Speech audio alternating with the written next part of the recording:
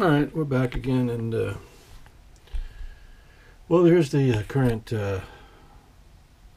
state of the build on the DC-3 project. Hoping the lights aren't flickering too much. Let me see if that helps. I don't know. Probably not. Anyway, here's the forward fuselage cockpit cabin section, and here's the DC-3 as it sits now. You can see in there. Went ahead and just kind of codged together a sort of a cockpit.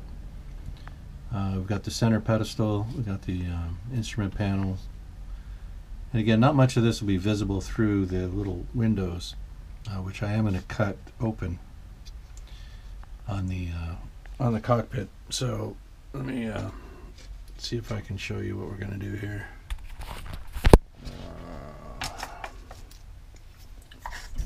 I wish that flickering would stop once and for all.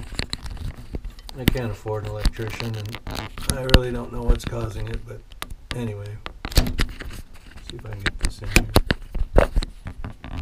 Some days are better than others, you know what I'm saying?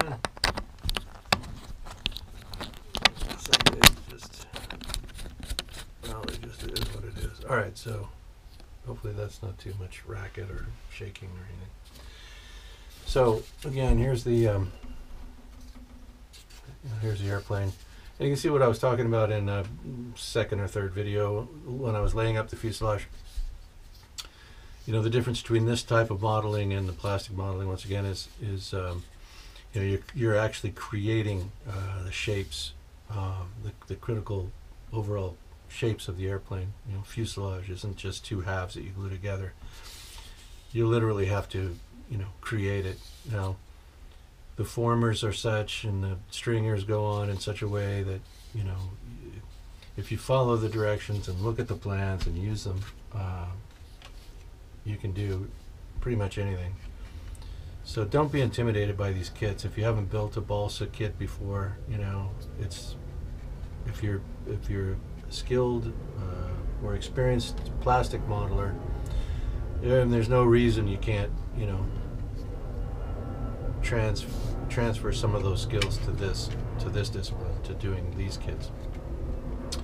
Alright, so you can see I'm going to be cutting these out, the windows on here, and when I do that, if we look inside of this part, you can see these are nice flat surfaces, so I'll be able to glue the acetate to the insides here, and then we'll be taping over on the outside to protect them from the paint when we start spraying paint everywhere. So the inside of this will be painted in a neutral gray, you know, gray similar to what I've done on the back wall here of the cockpit, and the outside will be painted silver. We'll cut out the window openings, glue in the acetate from the inside, and then carefully mask just about half of these frames, including the clear part. So what will happen is, since it's been painted silver before we lay that masking tape on, then when I go to paint the airplane, the top half of the aircraft is white. There's the red section that runs down the center of the fuselage, and then along the bottom half of the fuselage and the wings and tail are all going to be a nice gloss aluminum. But when I peel the tape off, where it's white here, we'll have a nice silver window frame already painted. So I don't have to mask and go back and do all of that. We'll be doing that from the front end instead of the back end, if you will. Alright, so this will get the intermediate gray, this will get an overall silver. We'll cut these out, we'll lay in the acetate on the inside, and then we'll carefully tape and cut our tape such that it covers about half of these gigantic frames. These frames are a little oversized around these windows, but I think if I just mask half of them, we'll get a much better look at the end of the project than what we would otherwise get if I masked the entirety of these frames. Okay, so there's that. Now, you can see the way this fits over this forward end of the fuselage, and then there's the nose cone which goes on out here. These parts are not going to be added until after I've done the infill. So we'll get this whole thing infilled, then lay those on, then use filler to flush them out with the, make them nice and flush with the surface of the wooden portion there. And that's how those will go. In addition to adding the floor deck in the cockpit, I've added 2 smaller sections of flooring back here. Again, that's just my birch ply 164 thick. It's the cardstock thickness. Basically the same as a business card, only this is wood. Birch ply. And this is for the lighting. So when I cut open the passenger door here, it'll be cut just large enough, actually a little bit larger than large enough. It'll allow me to easily get the 9-volt battery in and out of this opening and in and out of this section of the fuselage. Again, this is all going to be infilled, so with that door I'll be able to access the battery. The little motherboard, it has a little circuit board that controls the flashing lights versus the steady lights versus, so that'll be attached onto the this platform. And then all the wiring will just be bundled up in here until I can see which is the beacon light, which will probably go about here, the tail light, which will be strung back to the rear of the fuselage, and then the wing lights, again, they'll just be resting here until I get the center section up. We'll leave the middle of the center section open, the part that's buried under here, top, center section, middle. We'll leave one of the infill sections out when we button it up. But once that center section, can be installed, I'll go ahead and run the wiring through it that goes out to the port and starboard lights. And that way we can continue on with the outer wing panels. Then we'll string the lights out to the wing tips, and so on, just like Christmas lights. Anyway, there should be one interior light which I'll run up and punch through the paper bulkhead here, and then we'll put probably a red lens cover over it right about here, so that there'll be a fairly dim red light, which would be accurate to the aircraft. In the cockpits of these airplanes, when they're flying at night, they don't use white light. It blinds the pilots. So if they use any cockpit lighting at all, aside from the backlighting of the instruments or the little, sometimes they have little pedestal lights that are arranged around each instrument that shine the light onto the instrument. But in addition to that, typically in a commercial airliner or warbird of the period, they used red light, to preserve the night vision of the pilot and co-pilot. So we'll imitate that with I think a red bezel that'll go over the LED light. I don't think it'll be a red lit light, a red LED. I think it'll have to be the lens that does it, and we'll play with that and see. It could be a white light. I don't know. I'm thinking I'm leaning towards the red light. As to the side windows, I don't think I'm going to have those be clear, since I didn't really set up the interior of this airplane. We didn't do passenger seats. I left the bulkheads full size. I didn't slice them and cut them down to profile the interior of the airplane. So what I'll probably use is the backing sheet that all of the plastic parts come on is sort of a translucent white. They're like this.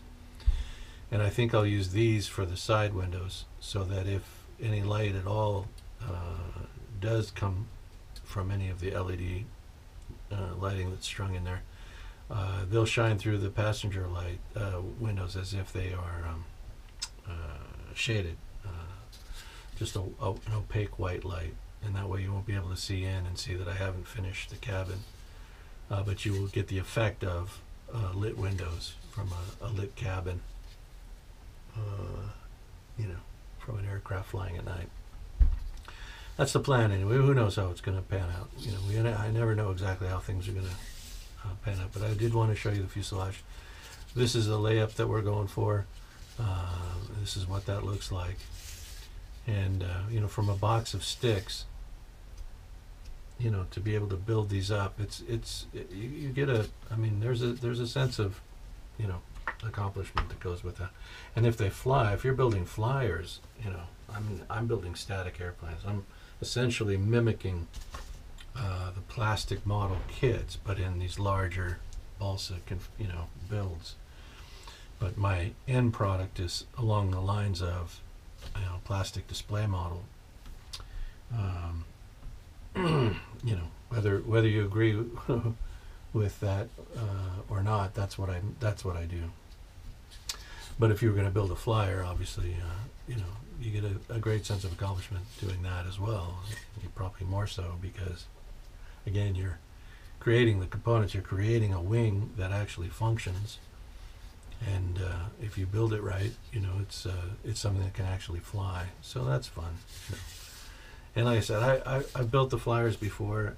It's fun. I like it. What I don't like is the effort that I put into these and then having them, you know, destroyed relatively quickly or lost, you know, lost to the winds. So anyway, and I've said this a million times, you guys are probably tired of me saying it. So that's it. I just wanted to show you where we're at.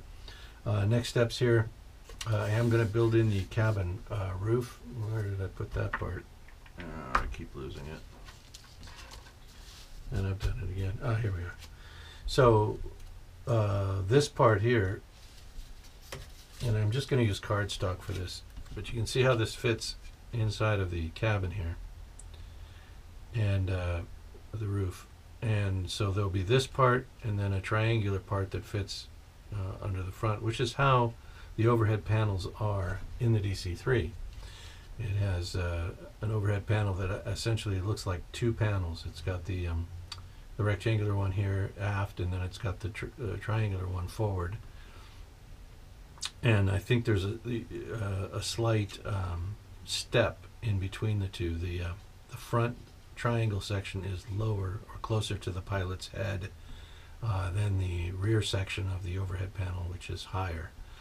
So we're going to replicate that, and instead of, I'm not going to be gluing them to this because I need a little bit of flex here when I go to put this on. I don't want it, you know, being pulled apart or dropping this out. We're just going to glue these parts directly on to this item here, and you know, centered in such a way that it easily fits underneath the plastic part when it goes over the top. And this will be painted in the black. The overhead panels were typical of the control panel and center pedestal. They were all black with a handful of instruments. I think mostly on these overhead panels had the magneto switches, the electronics, you know, the switches for the nav lights, the switches for avionics, the switches for, you know, all of the electrical components of the airplane. And then I want to say, oh, the compass, the whiskey compass. Now the whiskey compass in this aircraft was mounted on bungee cords and suspended above the panel and below, above the instrument panel and below the overhead panel. Just kind of suspended right there in line of sight, right on the center line here. And I can replicate that just with a small square of balsa. Maybe I'll put a ring of solder around the face of it to replicate the circumference of the whiskey compass face. And then kind of simulate the bungee cords with solder, fine solder wire, and just kind of suspend it right there. I'm thinking on whether or not I want to go through all that trouble or not. It's a prominent, I mean, if you're looking at a DC-3 from the nose, looking into the cabin, into the cockpit, you'll see that whiskey compass right there in the middle. And I typically like to include all of the key visual components of the airplanes that I build. Because you know, if you know the airplane, you're going to look for it, and I want, you know, anybody that's familiar with the airplane knows what to look for. When they look for something, it's going to be there, whether it's a, you know, a reasonable facsimile, an outstanding facsimile, or you know, something that looks like it was, you know, carved by a drunken hobo on a third night of a bender. Either way, I want that that feature to be included in my project, in my final, reveal. I want you to be able to see the stuff that you expect to see if you're familiar with the airplane. Anyway, that's where we're at. So I hope that was good. I hope that was clear as mud, and I hope in the next video we'll have a little more progress to show. I don't think I'll cover all the infill. I don't typically show you all of that process. It's tedious, but there will be updates, as progress reports, I guess you call them, as we go along.